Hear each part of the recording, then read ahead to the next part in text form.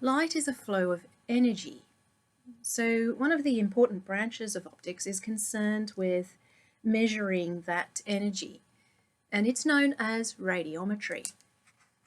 We're also going to discuss photometry, which is related to radiometry, but we're emphasizing the light with regards to its visual effects rather than its true physical effects. We'll also be looking at how the energy is distributed as a function of the wavelength that it contains. And we'll be looking at how different light sources generate light and what their different spectra are like. We'll introduce some concepts related to the detection of those images and also the noise that occurs in images and how it can be minimized. Radiometry is essentially concerned with light energy that is coming from an object or a surface, and so it's going to be really useful to characterize the light sources that we use in our imaging systems. Furthermore, we'll also find that it's useful for characterizing the amount of light that's arriving at a surface, such as a detector, or answering questions like how bright is an image. So there are, of course, many different light sources that we can use for imaging, and different light sources are suitable for different imaging applications.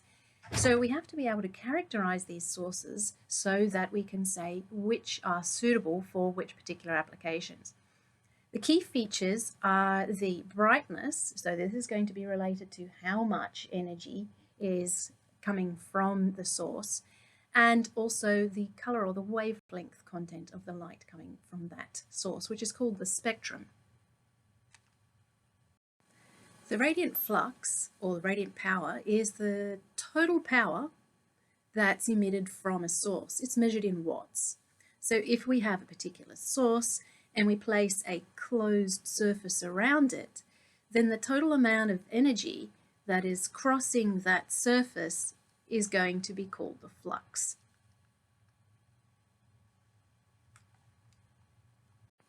Flux doesn't actually give us any information about the direction or the area through which that light is traveling. It just gives us the total amount of light measured in joules per second traveling across that surface. So in the case of, say, an incandescent light globe, then it might be marked as, say, a 60-watt light globe. That means that the total flux from that, the radiant flux, is going to be 60 watts.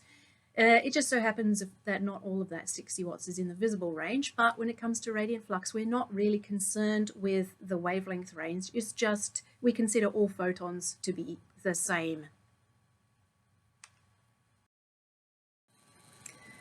Spherical symmetry is prevalent within optical systems, partly because our sources often emit isotropically, so equally in all directions in a sphere, and often because the cone itself is quite a useful shape, since most apertures in optical systems are circular. So we need to look at solid angles and how do we measure them. A simple two-dimensional angle, theta, is defined by putting the vertex at the center of a circle, measuring that distance, calling it r, and drawing an arc of the circle there. We'll call that L. So theta is equal to L divided by r. Or go all the way around the circle and you'll find that there are 2 pi radians in that circle. Same goes for defining a solid angle. Say we have a solid angle that traces out, say, a cone. We put the apex of that cone at the center of a sphere. And now instead of looking at the length, we look at the area of this little cap that is marked out on the surface of a sphere. And this distance is going to be r again, and the area is called A. So now our solid angle is going to be the area of that cap divided by r squared. And in a total sphere, we find that there are 4 pi steradians. To calculate the area of this little spherical cap for a cone, Then we can solve the integral. We integrate over phi and over theta, r squared sine theta d phi. Now you can see the angle theta is indicated here, but what's happened to phi? Well, phi goes around this axis, and because most of the apertures and lenses we'll be using are circular, then we're going to use phi is usually equal to 2 pi. So if we then carry out this integral, you'll see that we go up to this next step. So you can see here's the 2 pi and the r squared here, and we just have to integrate sine theta d theta, where theta runs from 0 to alpha, and alpha is going to be the half angle or the semi-angle of the cone. So what if we have something like a detector, which is almost always flat, and we want to say, well, what is the projected solid angle that that detector makes at the source? Well, we can say that the area of that detector is very approximately equal to the area of that spherical cap that it marks off. That's as long as we have small angles. So let's say theta is less than 10 degrees. If not, then you need to include a extra cos theta in your integration. So the area is then going to be, where are we? Yes, r squared sine theta cos theta d theta d phi. But we'll almost always be using a small angle approximation, and so we'll just assume that the area of the spherical cap is roughly the same as the area of whatever that object is we're interested in. We often decompose our flux in two ways. One is with regards to solid angle, and the other is with regards to area. If we want to emphasize the dependence of the element of flux on the solid angle, we use a measure called radiant intensity. Note that this is a definition of intensity that's quite specific to radiometry. Outside radiometry, intensity means something slightly different. So radiant intensity tells us about the small amount of flux that goes through the end of a small cone.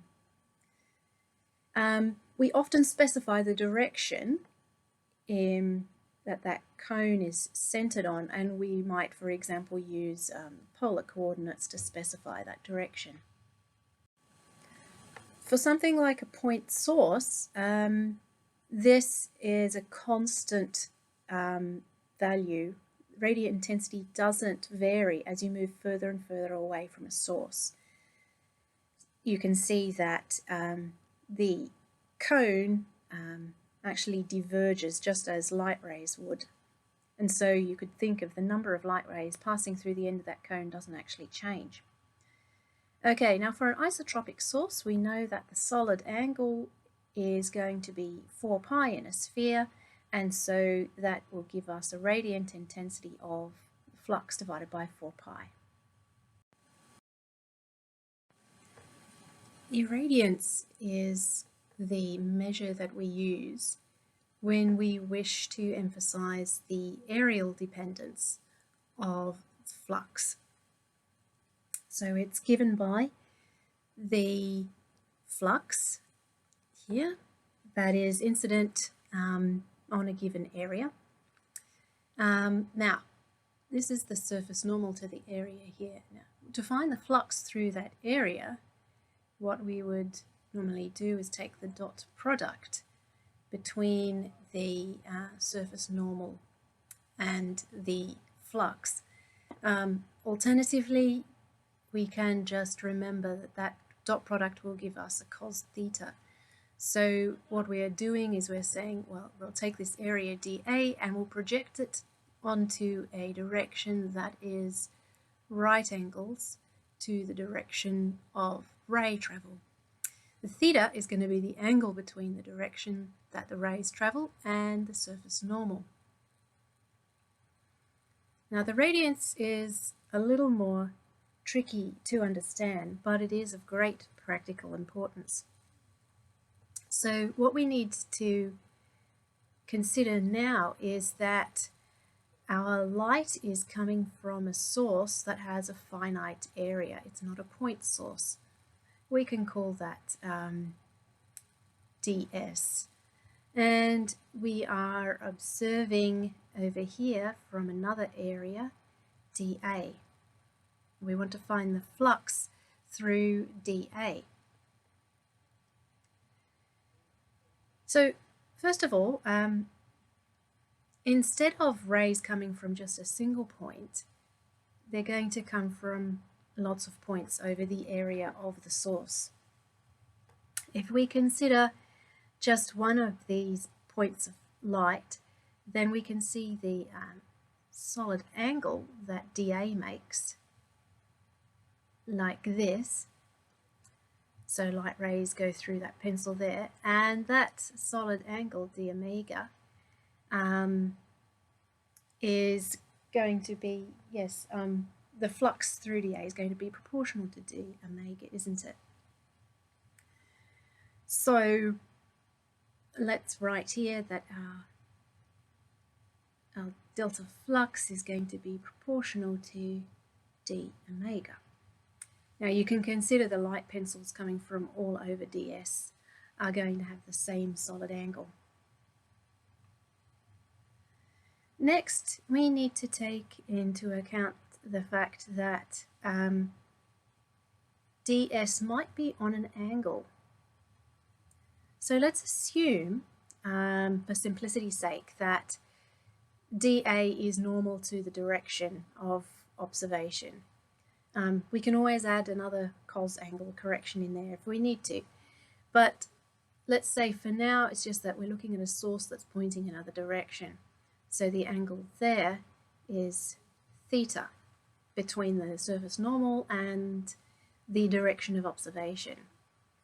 So now we have the flux is going to be proportional to, because we have to integrate over all these little cones of light, over that whole area ds, but we've projected it to orthogonal to the direction that we're observing, and that gives us ds cos theta.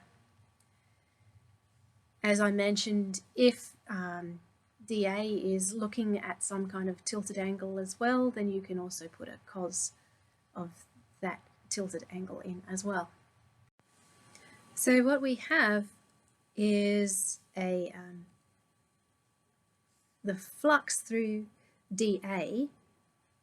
So this is going to be equal to some constant times d omega ds cos theta. Now that constant of proportionality is called the radiance.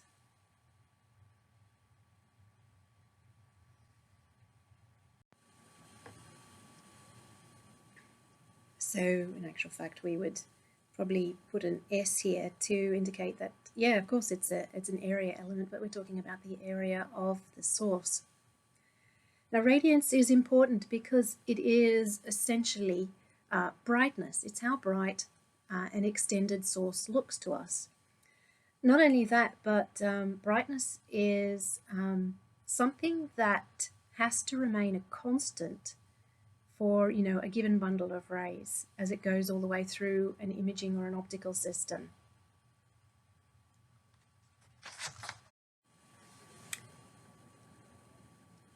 So let's say we have a point source, it's emitting light equally in all directions in a sphere. So if we want to find the radiant intensity, that's going to be the total flux that goes through a sphere divided by the solid angle of the sphere, which is 4 pi. So no prizes for guessing if the point source is emitting only into a hemisphere, then we have a solid angle of 2 pi, and the radiant intensity is equal to the flux divided by 2 pi. Practically, the way you might do that is put your point source on a mirror, and then it will only be emitting into a hemisphere.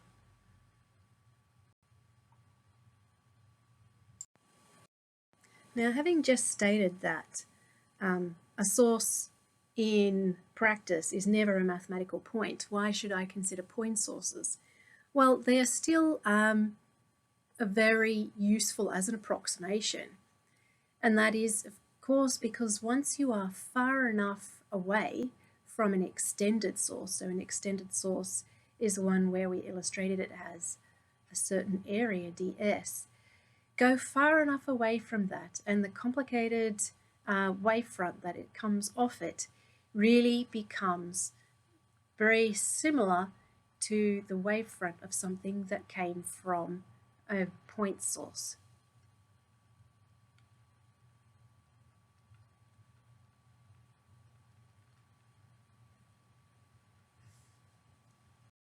So back to our point sources which don't exist and also practically do exist.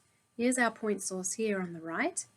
It's emitting, in this case, isotropically, and it's got a radiant intensity of IR.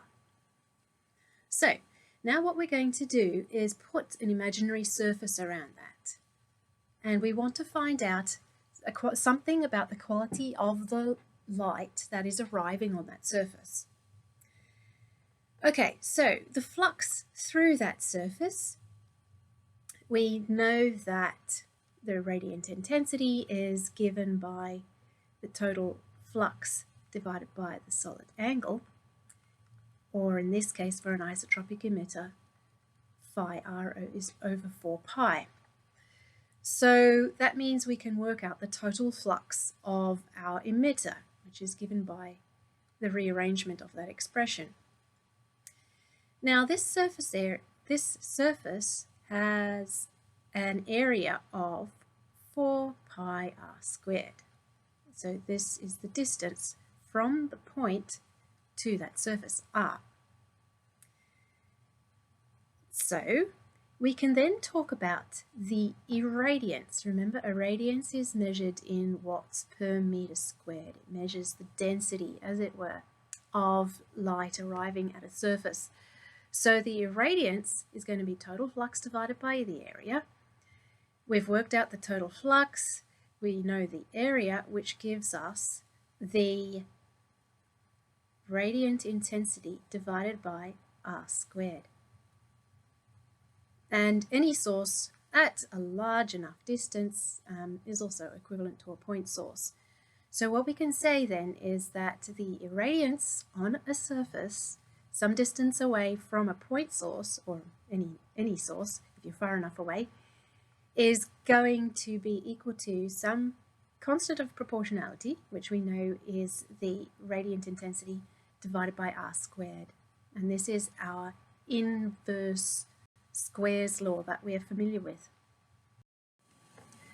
Radiometry is colorblind, if you would like. It doesn't care what wavelength you're measuring.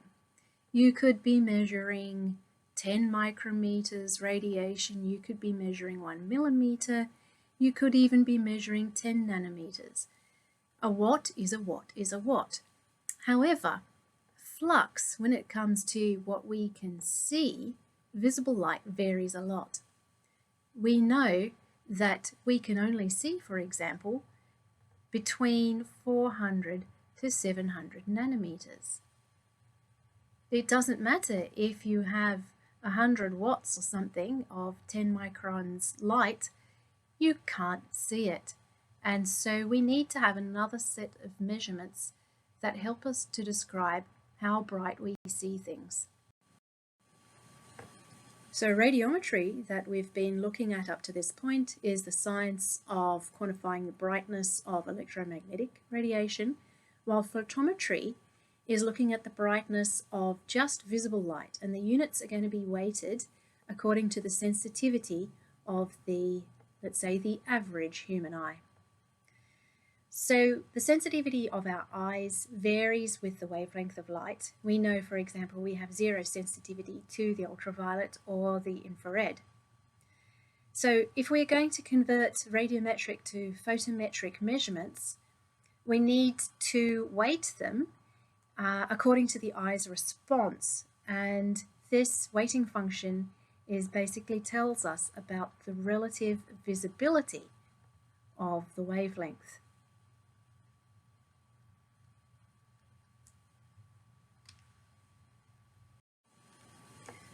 So the relative visibility curve is shown here in this graph.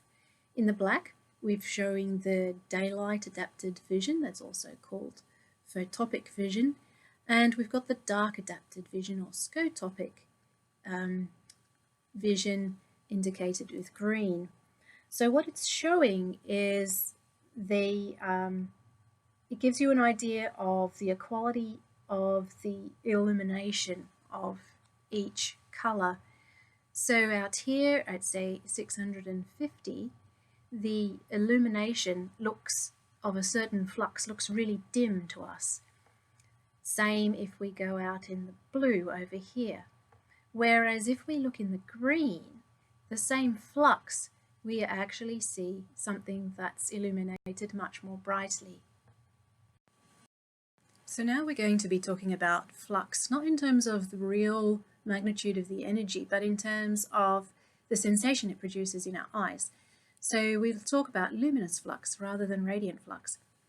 If we have light of a wavelength 555 nanometers, then we can work out the luminous flux from the radiant flux by multiplying it by 683. If we're at another wavelength, then we have to multiply that again by the spectral response of the eye. For example, at a wavelength of 650 nanometers, then we'd have to multiply the radiant flux by 683 by 0.1. For a broadband source, we need to carry out the multiplication at every wavelength and then integrate over the spectral range. There are other equations for luminous intensity, also called candle power, illuminance, and luminance, and this is also called brightness. These can be found from their radiometric analogues by doing the same multiplication. The units of all these things are quite funny. Luminous flux is measured in lumens. Candelas is used for luminous intensity. Lux is used for illuminance at a surface, and luminance or brightness is measured in candelas per square meter. I encourage you to work through this problem to practice thinking about the different radiometric or photometric quantities and how they're geometrically related. So in the first part, you're going to take a little object that has area dA, and you want to find out the luminous flux at the lens in the middle. So what you need to do is, first of all, find out what is the solid angle there from a little point on your object. And of course, to do that, you'll need to know the distance from the point to this lens, and you will also need to know what is the area of that lens. Then, of course, you'll also need to integrate all over dA to take into account all of these other points that emit cones of light to the lens. So you do that to find the luminous flux. And I then want you to find out the illuminance. Remember, that's measured in watts per meter squared, arriving at the image. And remember that this flux is going to be conserved because we don't have any absorption going on. So do try and work through the problem. Another useful bit of homework is to head off to Wikipedia or somewhere like that. Write down the definitions for each of these 4 quantities in both the radiometric and the photometric systems. Work out what their units are, and also look at when these measures are mostly used. So in this problem, we've got the specifications of a helium neon laser. We've given the central wavelength that it emits and the power that it emits. So you need to find the radiant flux and then convert that to luminous flux. Remember, the wavelength is going to be quite important. Then I want you to find the luminous flux for a green laser at 532 nanometers that also has the same radiant flux. You'll find they're quite different. So in this problem, you're looking at an extended source. So this source has a finite area from which it is emitting light. That area is 1 centimeter squared. And it's emitting light into a hemisphere, so you'll need to work out what's the solid angle of that hemisphere. Your task is then to work out the radiant intensity of the light that's coming from that source and the radiance of that source.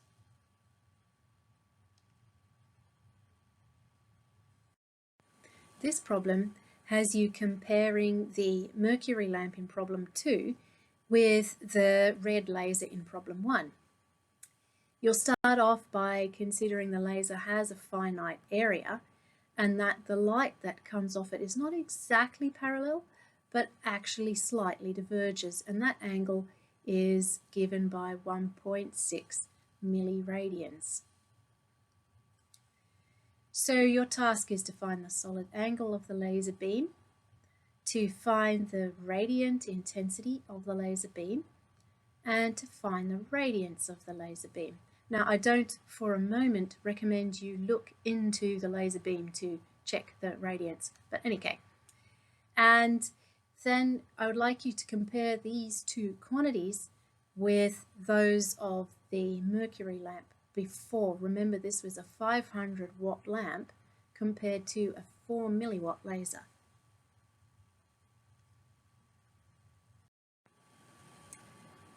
So this interesting problem concerns an incandescent light. Now, an incandescent light, although it might have a radiant flux of about 60 watts, unfortunately, a lot of that 60 watts is not within the visible range. So the luminous flux is actually not going to reflect very much of the amount of energy that's going into this light. So the information we've been given is that the temperature of the incandescent is 3000 Kelvin. So shortly we'll see how we can work out what the spectrum is of the incandescent, simply knowing what the temperature is. However, what I can tell you is that the spectrum looks something like this, and it's really only this portion here that we can see. The efficiency is pretty woeful. So for this problem, I've given you the data. Here's the wavelength of light, and here is the irradiance measured at a surface from this 60 watt incandescent. So you don't have to do it by hand. Of course, we can use MATLAB, and I want you to find out what is the illuminance.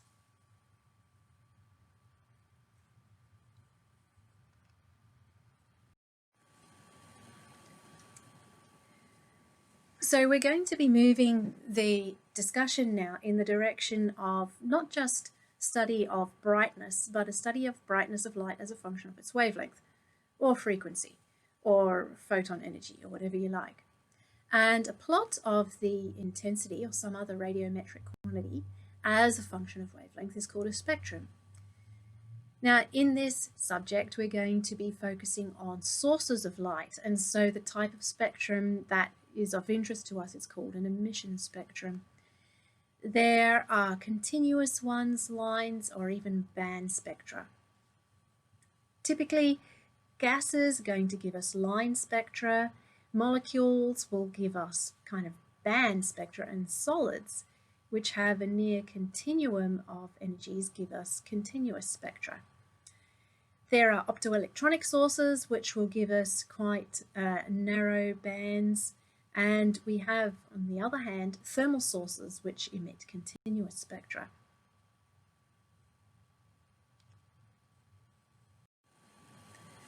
I'd like you for this problem to do some reading to find out what the spectra look like for the following sources of radiation.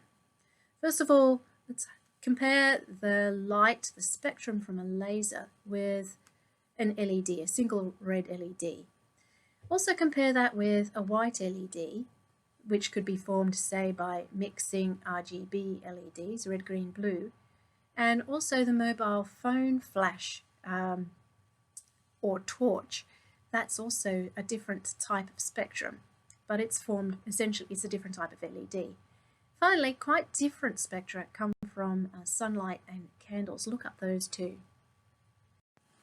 Now, a spectrum gives us information about the wavelength and about the intensity of the light that's emitted from a source. If we want to predict what that spectrum is going to look like, we need to know something about the wavelength content. And for that, we need to know something about the energy levels of the electrons. When an electron relaxes and loses an amount of energy, then that could be released as light, as a photon. And we can then work out the frequency or the wavelength of the light from that. If we also know the number of electrons at each level, then we'll have some idea of how many photons will come off or how bright that light is. Clearly, if we have lots and lots of electrons at the higher energy level, then we're going to have a lot more relaxation processes and a more intense source of light. So we stated that to be able to predict something about the emission spectrum, we needed to know something about the energy levels of the entities in a system, and we needed to know something about how many there were. The Boltzmann distribution will help us find this out. The Boltzmann distribution tells us that if we have a whole bunch of energy levels, then the number of particles that have a certain energy is going to be equal to the total number of particles times this exponentially decreasing function. So if we sketch energy here and the number of particles here, it starts at n0 and very quickly decays. This function is also related to temperature, and so it shifts with temperature.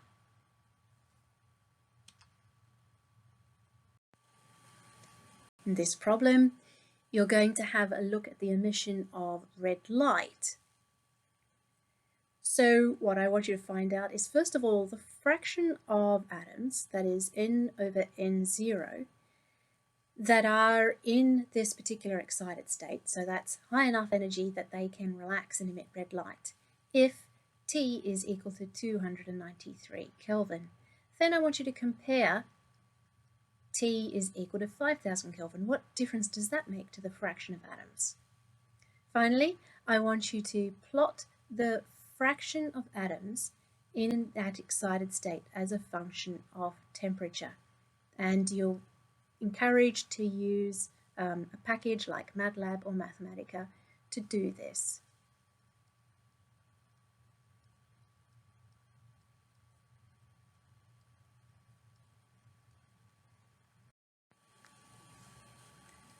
Planck used the Boltzmann distribution to predict the energy density of a body at a certain temperature. And that's what gives us Planck's black-body spectrum, also known as Planck's law. The energy density can easily be converted to the spectral radiance that's emitted. We have it here in two forms. One is as a function of the frequency of light, the other is as a function of the wavelength of light. So the black body spectrum is shown here in the graph on the right. The visible wavelength range is indicated 400 to 700 nanometers here. And the temperature of each body is indicated above each curve. You notice that the wavelength at which this curve is a maximum decreases as the temperature of the body increases. The amount of thermal energy that's given off also increases. Wien's law, which can be derived from Planck's law, gives us the wavelength at which the intensity is a maximum as a function of the temperature of the body. For objects like us and cats that are around a temperature of about 300 Kelvin, the peak wavelength, according to Wien's law, is about 10 micrometers in the mid-infrared. We like to think of our noonday sun as emitting true white light. Far from it, in fact. So instead of having a white light spectrum in the sense that the intensity at all wavelengths is equal, our sun is actually an emitter of black body radiation with a temperature of 5,800 Kelvin. It peaks at around 500 nanometers in the green.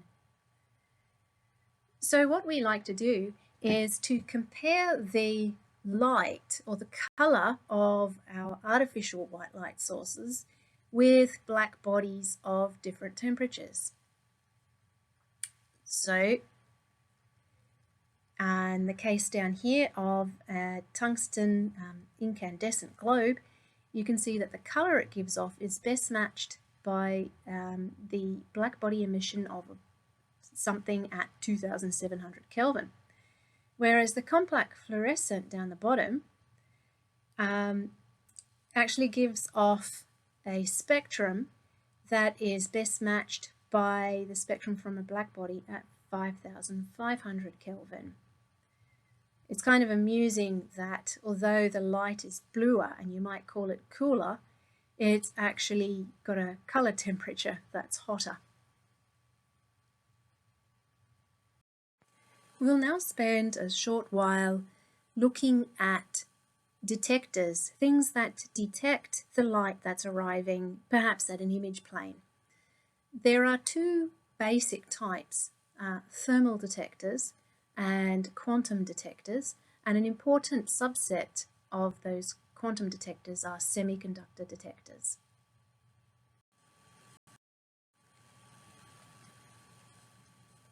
Thermal detectors detect the intensity of light arriving at them by heating up. The infrared energy arrives on the surface, it's absorbed, which heats up the detector, and we detect the change in temperature. A bolometer or thermistor are the simplest elements. They basically contain a small piece of metal or semiconductor with a resistivity that's well known. That resistivity is a function of temperature. So the intensity of the infrared light is converted to a change in temperature, which we detect by a change in resistivity. A thermocouple is made using a junction between two dissimilar metals. There exists a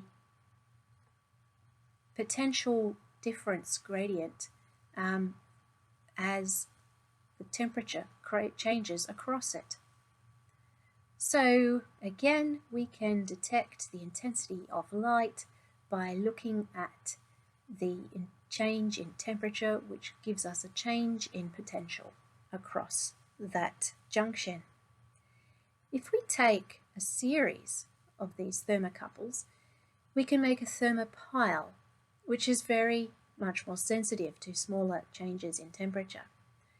And if we then take an array of those thermopiles, here for example an 8 by 8 array, we can use them as a thermal imager. These thermal detectors are really useful for looking at the very long wavelengths that are near impossible to look at other ways. The disadvantage is that they're slow. They rely on changes of temperature, which makes them much slower than electronic detectors. They also need expensive optics, often germanium, rather than something cheap like glass. Their resolution can be quite low, and that's because the individual pixel size is relatively large still. Also, because they rely on detecting very small changes in temperature, their own temperature needs to be kept very stable and insulated from the environment. Often it needs to be cooled, and so we have sometimes quite expensive cooling systems required. Nevertheless, these systems are improving. As you can see in the figure down here on the bottom right, the number of pixels in these detector arrays has been growing phenomenally. It's only up to 10 to the 5. We're not at a megapixel yet. However, we're well on the way. These are the kind of detectors which are used in far infrared astronomy. Quantum detectors work on the principle that a photon has sufficient energy to create a charge carrier that is free. In the case of a photoelectric tube, when the photon has a certain amount of energy, which is greater than the work function of the material, then the electron can be ejected from the surface of the material. And that can be detected by a positively charged electrode. With all quantum detectors, we often talk about the quantum efficiency, and that's going to be the ratio of the number of electrons or charge carriers produced to the number of photons that arrive at the surface.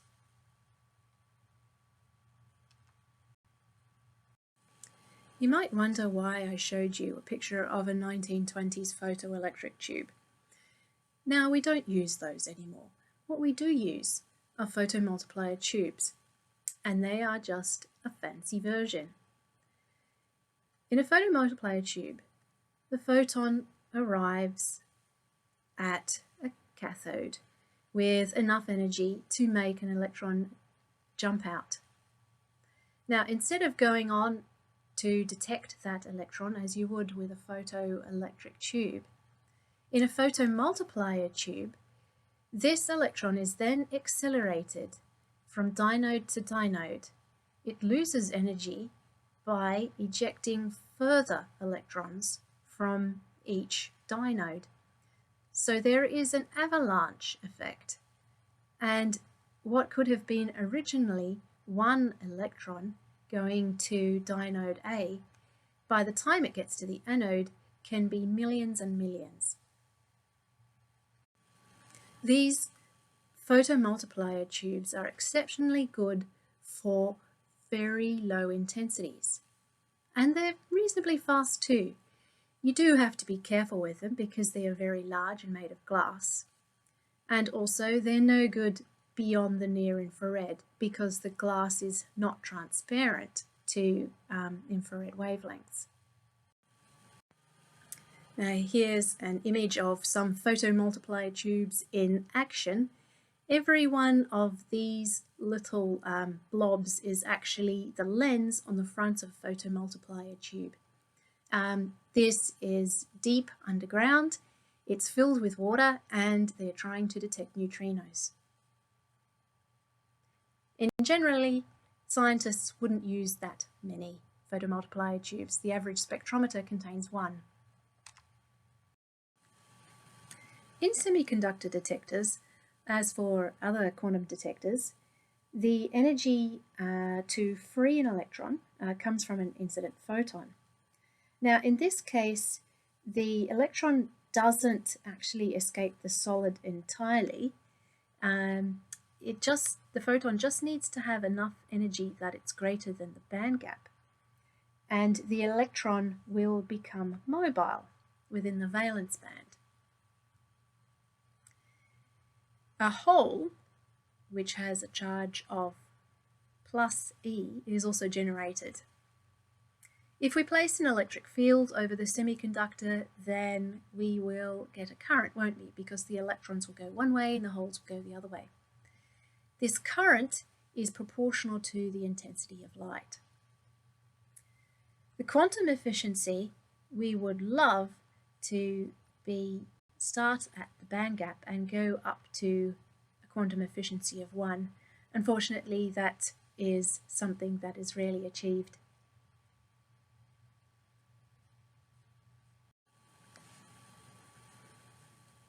Cadmium sulfide can be incorporated in several types of light detecting devices. One includes the simple photoresistor, or you could even make more expensive arrays for imaging. It relies on the physics of photoconductivity, as we described previously. In the dark, cadmium sulfide is an insulator. When light arrives, then a lot of free carriers are released and it becomes a very good conductor. In a simple photoresistor situation like this, these are often used, for example, to control the turning on of street lights. These devices can be made very small, however they are complicated and expensive. When light first arrives at a CCD, it interacts with the silicon. So if it has enough energy, then it's absorbed and free carriers are released. The electrons travel towards the surface, the holes go deep, and the electrons are accumulated. The amount of charge accumulated is related to the irradiance.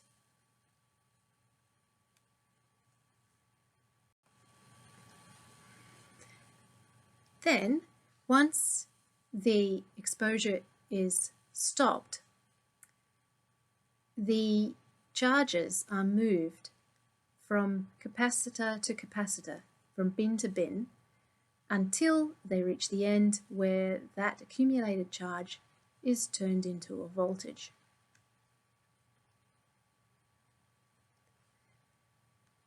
The collection of light and conversion to free charges has a very high quantum efficiency. For something like silicon, around 1 micrometer, the efficiency can be close to 100%.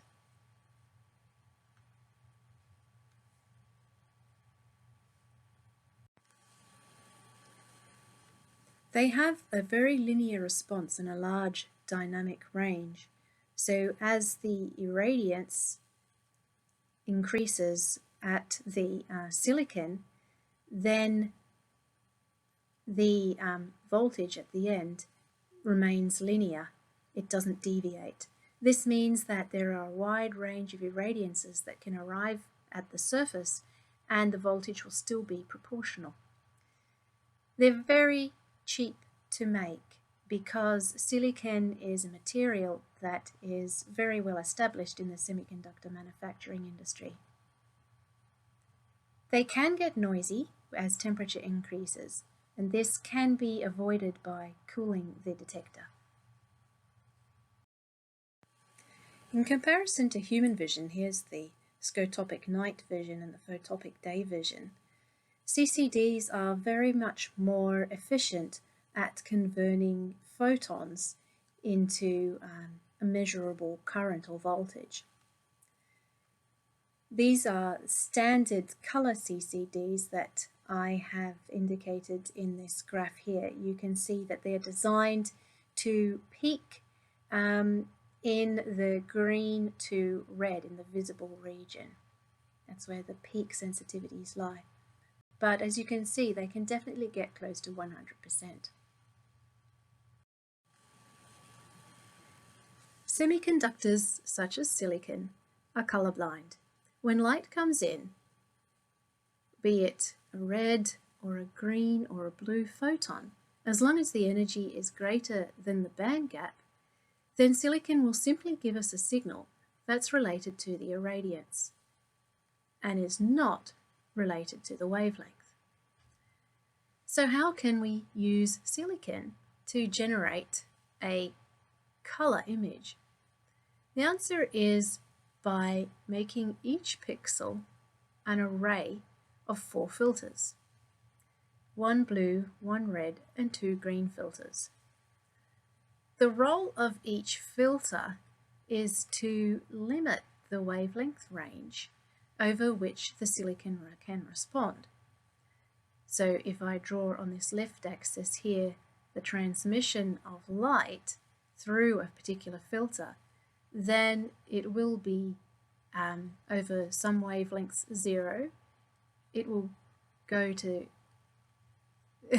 up high over a defined wavelength region, and then it will go back to 0 again. So let's say this is centered on 550 nanometers, and this is describing the transmission through a green filter. You can see that the silicon underneath can no longer respond to blue light or to red light, or indeed to infrared light. So the silicon underneath that filter still doesn't care whether the photons reaching it are green or blue. It still can only give a signal that's related to the irradiance on it. However, if we know the position of that pixel, then we can work out whether it corresponded to a red or a green or a blue pixel, and we can restore the color information.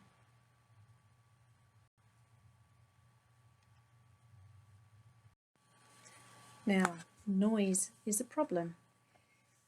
Noise is unwanted signal. It limits, for example, how low in intensity you can detect. It's usually random, which means it cannot be cancelled out. We can average it out over a long enough exposure time.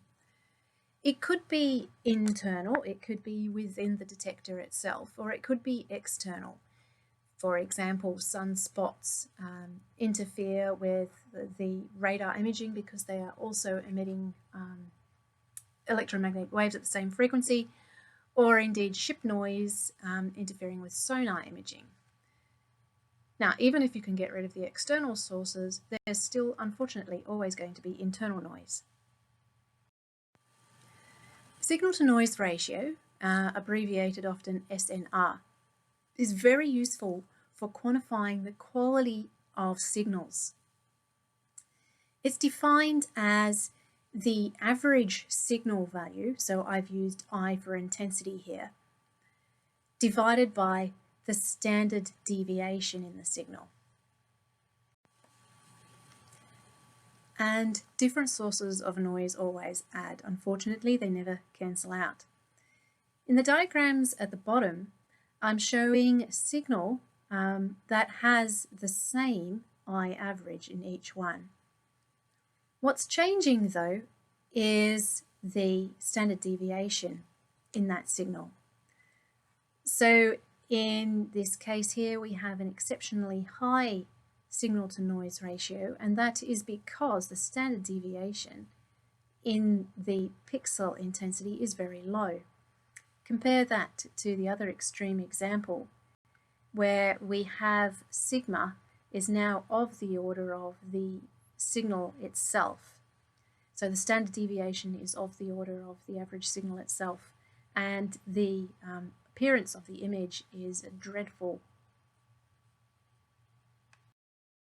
Thermal noise, which has a bunch of different names as well, but probably Johnson noise is the most other common name, results because of random motion in the charge carriers.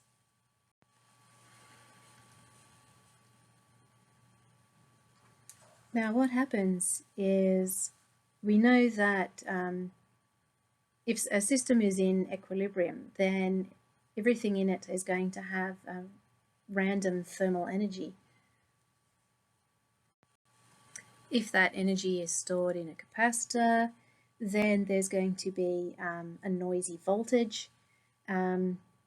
If that energy is kinetic, then that's going to be seen in a noisy current. So we end up with the Johnson noise current, which is proportional to the square root of kT. So K is the Boltzmann constant that we've already seen.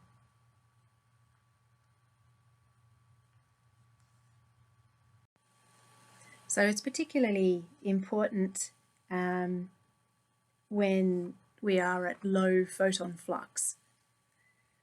So the thermal noise itself may come from the photodetector itself or even within the electronic circuit. So how do we get rid of it? Essentially, all we can do is try to reduce the temperature. Shot noise comes about because, well, quantum.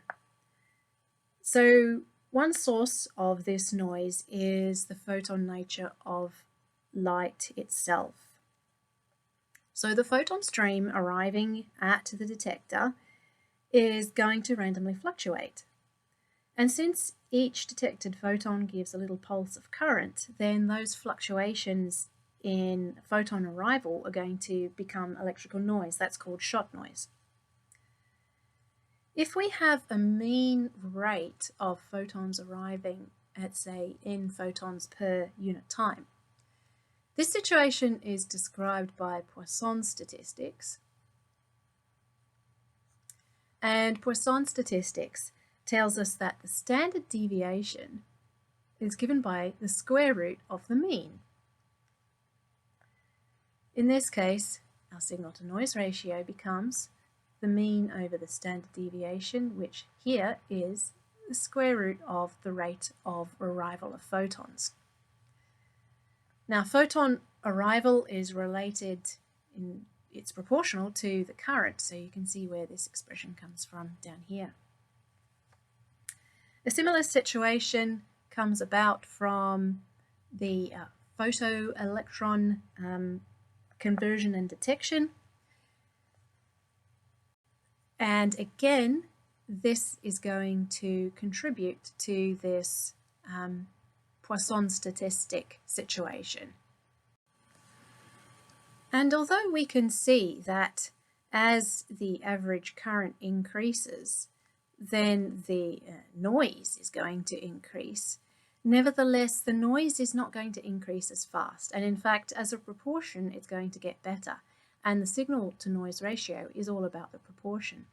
So the signal-to-noise ratio increases as the average signal level goes up. So it's only when we go down to very low light levels, where we have very low currents, that we end up with shot noise giving us grief. So shot noise becomes important when we have small numbers of photons, when I average is very low. This might happen because we have a very, very dim source, or because we are integrating or exposing only for a very short time. It also becomes more significant when we remove thermal noise.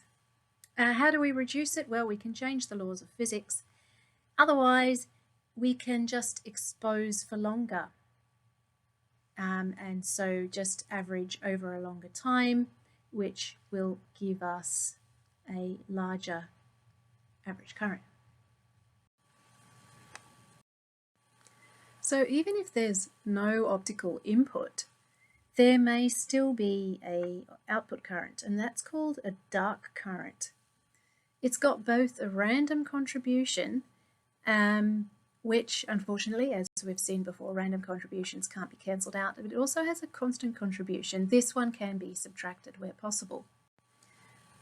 So while the thermal or Johnson noise was due to the random motion of charge carriers, dark current is related to the random creation, the excitation of charge carriers. So that occurs within the detector itself. And it can, of course, be reduced by cooling the detector. The other thing that can be done is to actually reduce the exposure or integration time.